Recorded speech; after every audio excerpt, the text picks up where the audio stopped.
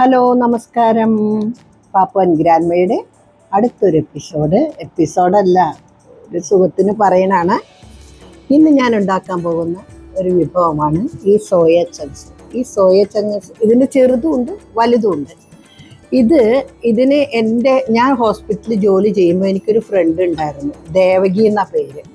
Health ഇൻസ്പെക്ടറാണ് Devaki. അവളിപ്പോൾ Palakkad government ഹോസ്പിറ്റലിലേക്ക് transfer അടിച്ച് പോയി, ജോലി കിട്ടി, ഗവൺമെൻറ്റിൽ കിട്ടി. ആ കുട്ടി പറയും, ഈ സോയ ചങ്ക്സ് ആൻറ്റി ഇത് ഭയങ്കര ഹൈ പ്രോട്ടീൻ ഉള്ളതാണ് ആൻറ്റി, ഇതിന് ഞങ്ങളൊക്കെ പറയണത് പാവങ്ങളുടെ ഇറച്ചിയാന്നാ പറയുക. അതെൻ്റെ കഥ എനിക്ക് അറിയില്ല, പക്ഷേ അവൾ എന്നോട് അപ്പോഴും ഞാൻ ചിന്തിച്ചത് എന്തുകൊണ്ടാണ് എന്ന് പറയാം. അപ്പോൾ ഇറച്ചി മേടിക്കാൻ പറ്റാതെ വരുമ്പോൾ വില കൂടിയൊക്കെ സീസണിൽ നമുക്ക് ഈ സോയ ചങ്ക്സ് ബീഫ് കഴിക്കുന്നവർക്ക് ബീഫ് പോലെയും വെജ് കഴിക്കുന്നവർക്ക് ഒരു വെജ് കറിയായിട്ടും യൂസ് ചെയ്യാം. അതുകൊണ്ട് അമ്മ ഇന്ന് ഇതുകൊണ്ട് ഒരു നോൺ വെജ് പോലെയും വെജ് റെസിപ്പിയാണ് ഇന്ന് ഉണ്ടാക്കുന്നത്, സോയ ചങ്ക്സ്. ഇത് ഒരു ബീഫാണ് കേട്ടോ, പക്ഷേ ഇതൊരു വെജാണ് കേട്ടോ. നമ്മുടെ പാത്രം വെച്ചു. ഇതിൻ്റെ ബുദ്ധി നിങ്ങൾക്ക് മനസ്സിലായില്ലേ? ഇത് കത്തി പോവാതിരിക്കാൻ അമ്മ കുറച്ച് പച്ചവെള്ളം ഒഴിച്ചു. ഇനി ഇത് വേഗം ആകാൻ വേണ്ടിയിട്ട് തിളപ്പിച്ച വെള്ളം ഒഴിക്കും. ഇതൊക്കെ പാചകങ്ങളിൽ ഓരോരോ ചെറിയ ചെറിയ ടിപ്സുകളാണ്. അതൊക്കെ നമ്മൾ ശ്രദ്ധിച്ച് ചെയ്യണം. നമ്മളിപ്പോൾ പച്ചവെള്ളം ഒഴിച്ചു കഴിയുമ്പോൾ അതിന് ടൈം എടുക്കും, കുറേ സമയം എടുക്കും. അപ്പോൾ ഈ കെറ്റിലിന് പെട്ടെന്നാവും. കെറ്റിലില്ലാത്തവർ തിളച്ച വെള്ളം എടുത്തിട്ട് ഏതെങ്കിലും ഒരു ഫ്ലാസ്കിലേക്ക് പിടിച്ചു വെക്കുക. ഇങ്ങനെ പാചകമൊക്കെ ചെയ്യുമ്പോൾ കുറേ സമയം നഷ്ടപ്പെടാതിരിക്കാനും കുക്കിംഗ് എളുപ്പമാക്കാനും വേണ്ടിയാണ് കേട്ടോ. ഇതിനിങ്ങനെ വെള്ളത്തിന് കണക്കൊന്നുമില്ല കേട്ടോ, എന്തോരം വെള്ളം വേണേലും നമുക്ക് ഒഴിക്കാം. ഈ സോയ ഇത് നമ്മൾ നന്നായിട്ട് കഴുകി എടുത്തിട്ട് ഇതിലേക്ക് ഇട്ടു. ഈ തിളയ്ക്കണ വെള്ളത്തിലേക്ക് ഇട്ടു. കുറച്ച് ഉപ്പ് കൂടി ഇട്ട് കൊടുക്കണം കേട്ടോ.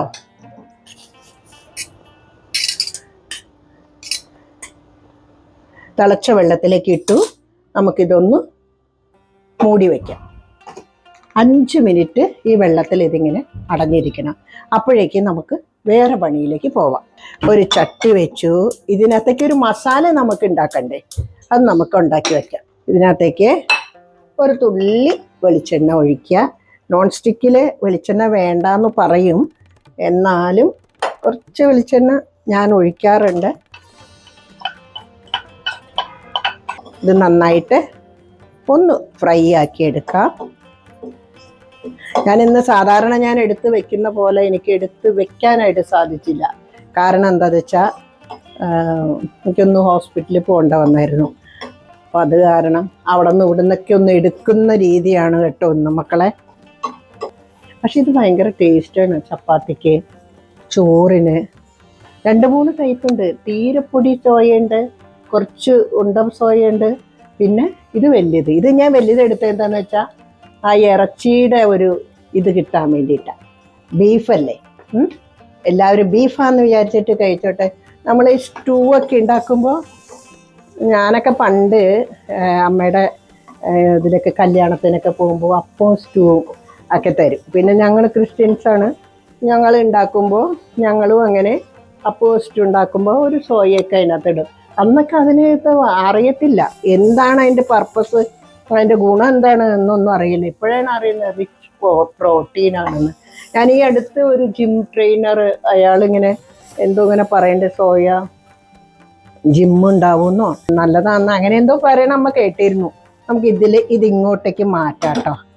കാരണം എന്ന് വെച്ചാൽ തീ കുറവാതിന്, നമുക്ക് പെട്ടെന്ന് ആക്കി കിട്ടണ്ടേ. ഇതിനകത്തേക്ക് 2-3 ചുമന്നുള്ളി ഇട്ട് കൊടുക്കുക. നമ്മൾ കഴുകി തന്നെ എടുക്കണം കേട്ടോ മക്കളെ. 2 കറിവേപ്പില. ഇത് നമ്മുടെ മസാലയ്ക്ക് വേണ്ടിയുള്ളതാണ്. കുറച്ച് ചുമന്ന മുളക്. പിന്നെ ഇതൊന്ന് നന്നായിട്ടൊന്ന് തീയൊക്കെ എപ്പോഴും ശ്രദ്ധ വേണം. തീയൊക്കെ എപ്പോഴും കുറയ്ക്കണം കേട്ടോ. ഞാനൊരിത്തിരി മല്ലി എടുക്കട്ടെ കേട്ടോ. ഇതാ ഒരു ആ മണം ഒന്ന് കിട്ടാൻ വേണ്ടിയിട്ടാണ്. ഒന്ന് വാടി വരട്ടെ. ഇതിലേക്ക് ഞാൻ നമ്മളധികം അങ്ങോട്ട് ചുമപ്പിക്കണില്ല, ഒന്നിങ്ങനെയാക്കി എടുക്കണുള്ളൂ. അതിലേക്ക് കുറച്ച് മഞ്ഞൾപ്പൊടി ഇട്ട് കൊടുക്കണു. ഇതാ ഇത്രയും മുളക് പൊടിയായിട്ടാ ഞാൻ ഇടണുള്ളൂ. ഒരു ഇത്തിരിക്കോളം മുളക് പൊടി ഇടണുള്ളൂ. ഇനി ഇത് നല്ല വെണ്ണ പോലെ ഇങ്ങോട്ട് അരച്ചെടുക്കണം. നമ്മുടെ 5 മിനിറ്റ് ആയിക്കഴിഞ്ഞു. ഇതിനാവുമ്പോൾ ഒരു മസാല തേങ്ങ വറുത്തരച്ച കറിയുടെ ആ ഒരു രുചി ഈ സോയ ചങ്ക്സിന് കിട്ടും. അപ്പം ഞാൻ പറയണത് ചെയ്യണതും നിങ്ങൾക്ക് മനസ്സിലാവണ്ടല്ലോ. ഇനി നമുക്കിതൊന്ന്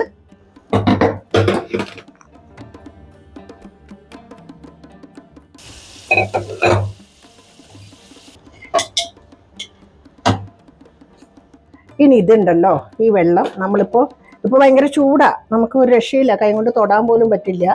അപ്പം നമ്മൾ എന്ത് ചെയ്യുന്ന പറയുമ്പോൾ ഇതിൻ്റെ ആ ഒരു കുത്തുമണം മാറാൻ വേണ്ടിയിട്ട് ഇതിനകത്തേക്ക് നമ്മൾ കുറച്ച് പുളി, ഒരു നുള്ള്, ഒരു ചെറിയ നെല്ലിക്കയുടെ വലിപ്പത്തിൽ കുറച്ച് പുളി, ആ പുളി വെള്ളത്തിലേക്ക് പുളിയും കൂടി ഒഴിച്ചിട്ട് ഇട്ട് വയ്ക്കുക. എങ്ങനെയുണ്ട് സൂത്രപ്പണി? ഒരു 5 മിനിറ്റ് അതിൽ കിടക്കുമ്പോൾ ഇനി ഇപ്പം അത് രണ്ടും നമുക്ക് സെറ്റായി. ഇത് തണുക്കണം, അത് അരയ്ക്കണം. പിന്നെ സോയ ചങ്ക്സ് ഇതിൻ്റെ പണി കഴിഞ്ഞു.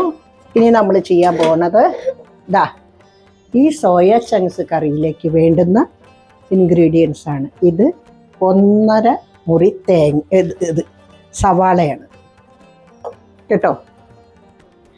ഒരു 3 പച്ചമുളക്, ഇങ്ങനെ അരിയുന്നോണ്ടാട്ടോ ഇത്രയുള്ളത്. 3 പച്ചമുളക്, കുറച്ച് ഇഞ്ചി, ഇത്രയുണ്ട് ഇഞ്ചി, പിന്നെ കുറച്ച് വെളുത്തുള്ളി, കരിവേപ്പില, ഇത്തിരി തക്കാളി. എല്ലാത്തിൻ്റെയും മാറി മാറി നമുക്ക് കിട്ടണം. ഇനിയാണ് നമ്മളത് കുക്ക് ചെയ്യാനായിട്ട് പോവുക. കുറച്ച് ഉപ്പ്, കണ്ടോ, കുറച്ച് ഉപ്പൊക്കെ നോക്കണം. കാരണം ഇറച്ചിക്ക് മീൻ ഇടുന്ന പോലെയല്ല, അതൊക്കെ ഉപ്പ് വേഗം വലിച്ചെടുക്കുന്ന സാധനമാണ്. നമ്മൾ ഓൾറെഡി ഇതിനകത്ത് എല്ലാം ഇട്ടേക്കണത് കൊണ്ട് ഇനി കുറച്ചിട്ടാൽ മതി. കുറച്ച് മഞ്ഞൾപ്പൊടി, കുറച്ച് മല്ലി, കുറച്ച് മുളക് പൊടി, കുറച്ചെന്ന് പറഞ്ഞാൽ 1 ടേബിൾ സ്പൂണിൻ്റെ പകുതി മതി. നമ്മൾ ഇതിനകത്ത് ഉണക്കമുളകും ഇത്തിരി മുളക് പൊടി ഇട്ടിട്ടുണ്ട്. പിന്നെ ഇതിലേക്ക് നമ്മൾ ചേർത്തേണ്ടത് വെളിച്ചെണ്ണയാണ്. ഈ വെളിച്ചെണ്ണയിൽ ഇത് നന്നായിട്ട് അങ്ങോട്ട്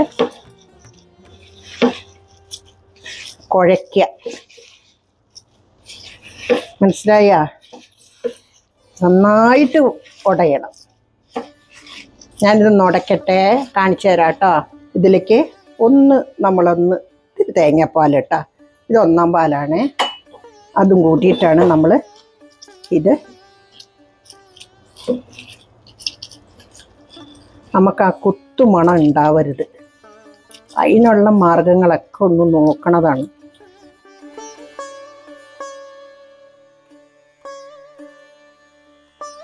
അത് നമ്മൾ നന്നായിട്ട് പിഴിഞ്ഞ് അതിൻ്റെ കട്ട് കളയാണ്.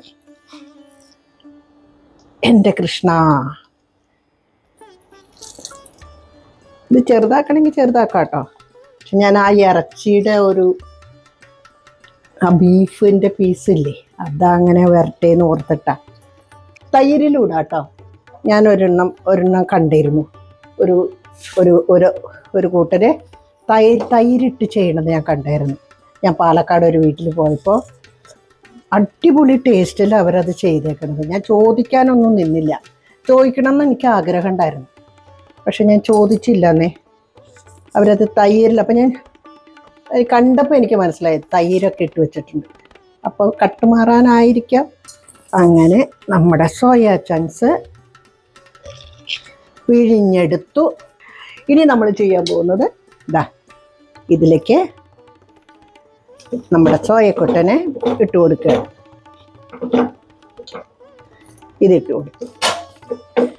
കണ്ടോ? ഇനി ഇവനെ ഗ്യാസ് ഓൺ ചെയ്യാൻ പോണു. ഉപ്പൊക്കെ നോക്കണം, ഒന്ന് വേവണം. ഒരു തുള്ളിക്കോളം ഇത്തിരി കൂടി വെളിച്ചെണ്ണ ഒഴിക്കാട്ടാമോ.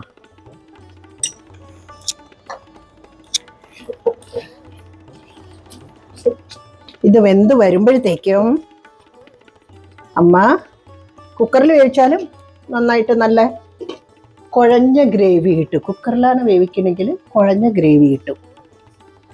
അപ്പോൾ ഇത് വേവട്ടെ, ഞാൻ ഈ മസാല അരച്ചിട്ട് വരാം. കാണാൻ നല്ല ഭംഗിയുണ്ട്. കുറച്ച് ചൂടുവെള്ളം ഒഴിച്ചു കൊടുക്കാം. എന്തായാലും മസാല വരുമല്ലോ. ഇതിനകത്ത് കിടന്നിട്ട് അങ്ങോട്ട് വെന്തോട്ടെ.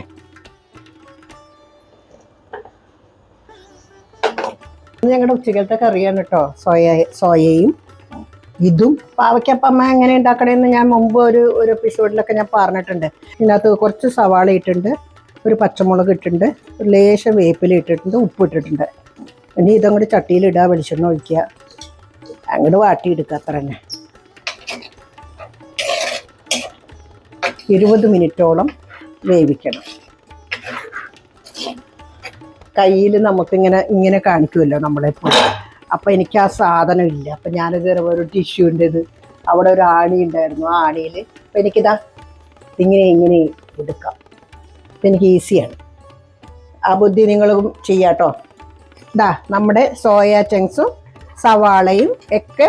ഈ സവാളയുടെ ആ പച്ചപ്പൊക്കെ പോകുന്നതാണ് ഇതിൻ്റെ ഒരു കണക്ക് കേട്ടോ. മുളകൊക്കെ വാടിക്കഴിഞ്ഞു. ഇനി അരപ്പ് നമ്മൾ ഇട്ട് കൊടുക്കുക. ഇത് ചപ്പാത്തിക്ക്, ചോറിന്, എക്കത്തിനും ഉഷാർ കറിയാണ്. ഇത്തിരി വെള്ളം ഒഴിച്ചു വെച്ചു.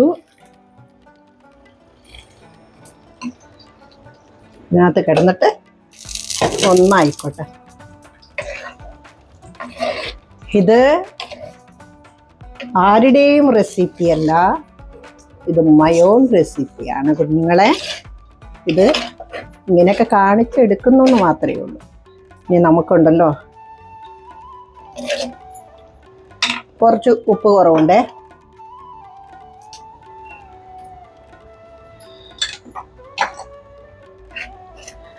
ഇനി ചിലവർക്ക് ഇതിനകത്തേക്ക് മല്ലിയില ഇടണമെന്ന് ആഗ്രഹം ഉണ്ടാവും. മല്ലിയില ആഗ്രഹം ഉണ്ടെങ്കിൽ അവർക്ക് ഇടാം കേട്ടോ. ഇനി ഇതൊന്ന് തിളച്ചോട്ടെ. ഇത്തിരി തേങ്ങാപ്പാൽ എടുത്തില്ലേ, അതൊരു ഇത്തിരി ഇങ്ങോട്ട് ഒഴിച്ചു കൊടുക്കാം കേട്ടോ. ഇത്തിരി ഗ്രേവിക്കാണേ.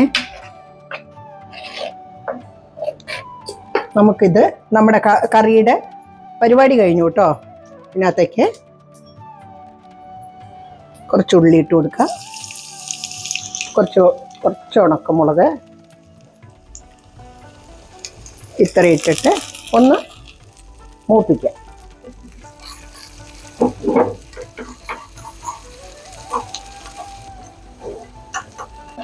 ഇനി ഉണ്ടല്ലോ മക്കളെ, നിങ്ങൾ ഇതിനകത്തേക്ക് ഒരു ഇത്തിരി വാളൻ പുളി പിഴിഞ്ഞൊഴിച്ചോളൂ കേട്ടോ. അപ്പോൾ ഒരു കറക്റ്റ് ടേസ്റ്റ് ആവും. നല്ല കറിയാ ഇത്. സോയ ചെറുതാക്കി കട്ട് ചെയ്തോ, ഇങ്ങനെ പിഴിക്കണ നേരത്ത് രണ്ടാക്കി മുറിച്ചിട്ടോ. വലിയ കഷ്ണം വേണവർക്ക് പിള്ളേർക്ക് പറ്റിക്കാം. ബീഫാന്ന് പറഞ്ഞിട്ട് ഞാനിത് വറുത്തരച്ചിട്ടില്ല. അതായത് ചപ്പാത്തിക്കും പൊറോട്ടയ്ക്കും ഒക്കെ കഴിക്കാം. ആ ഒരു ഇൻറ്റൻഷൻ മാത്രമേ ഉള്ളൂ. ചോറിനും ഒഴിച്ച് കഴിക്കാം. ഒരു നുള്ള് മുളക് പൊടി ഇടാം കേട്ടോ. തീ ഓഫ് ചെയ്തു. ഇതാ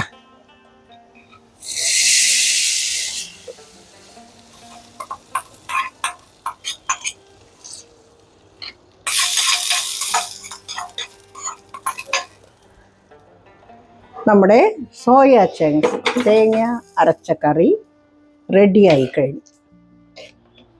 ഇത് എല്ലാവരും ഒന്ന് ട്രൈ ചെയ്യണം. ഇത്രയേ ഉള്ളൂ അമ്മയുടെ സോയ കറി. ഇത് ഒരു കറി, തേങ്ങ അരച്ച കറി. ഇത് കൂടാതെ സോയ റോസ്റ്റ് ഉണ്ട്. ബീഫിൻ്റെ ഓരോ വെറൈറ്റി എന്തൊക്കെയുണ്ടോ അതൊക്കെ നമുക്ക് ഈ സോയ കൊണ്ട് ഉണ്ടാക്കാനായിട്ട് സാധിക്കും. അപ്പം നിങ്ങൾ ഈ സോയ നിങ്ങൾ എന്ത് ചെയ്യുക, ഇതുപോലെ പിഴിഞ്ഞൊക്കെ കളഞ്ഞെടുത്തിട്ട് ബീഫ് വെച്ചിട്ട് എന്തൊക്കെ ചെയ്യുന്നു അതൊക്കെ വെജുകാർ ഇത് വെച്ചിട്ടുണ്ടാക്കി. ഹൈ പ്രോട്ടീൻ ആ ഡെഫിഷ്യൻസി നമുക്ക് ബാലൻസ് ചെയ്യാനായിട്ട് സാധിക്കും. സോ എല്ലാവരും ഈ കറി ഒന്ന് ട്രൈ ചെയ്ത് നോക്കൂ. ഇതിനകത്ത് കുറച്ച് തേങ്ങാപ്പാലുണ്ട്, തേങ്ങ അരപ്പുണ്ട്. ഗ്രേവിക്ക് പകരം തേങ്ങ ഇതാണ്. കാണാൻ നല്ലതല്ലേ?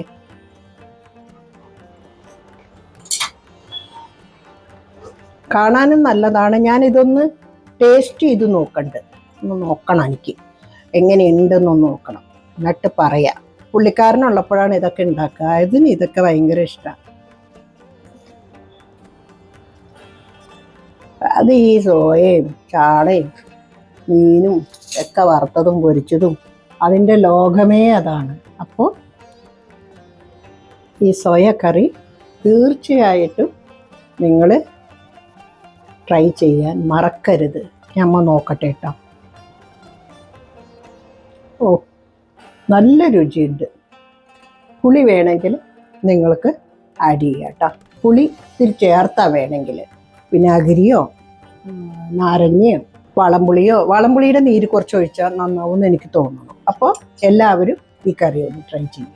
ബൈ. പാപ്പുവൻ ഗ്രാൻഡ്മ ഇടുന്ന ഓരോ റെസിപ്പീസുകളും നിങ്ങൾ കാണുന്നുണ്ടെന്നും ലൈക്ക് ഉണ്ടെന്നും കമൻറ്റുകൾക്ക് മാക്സിമം അമ്മ കമൻറ്റിന് റിപ്ലൈ തരുന്നുണ്ട്. തരാതെ പോകുന്നത് എന്തെങ്കിലുമൊക്കെ തിരക്കിലേക്ക് പോകുമ്പോഴായിരിക്കും കേട്ടോ. അതിന് സോറി. മക്കളിതൊക്കെ ചെയ്യുക. അമ്മേനെ മുടങ്ങാതെ വരാൻ ശ്രമിക്കാം. നിങ്ങളുടെ പ്രാർത്ഥന ഉണ്ടാവണം. നിങ്ങളെല്ലാം കാണണം, എല്ലാം ട്രൈ ചെയ്യണം. ഓക്കെ. അപ്പോൾ ഗ്രാൻഡ്മ ബൈ ബൈ.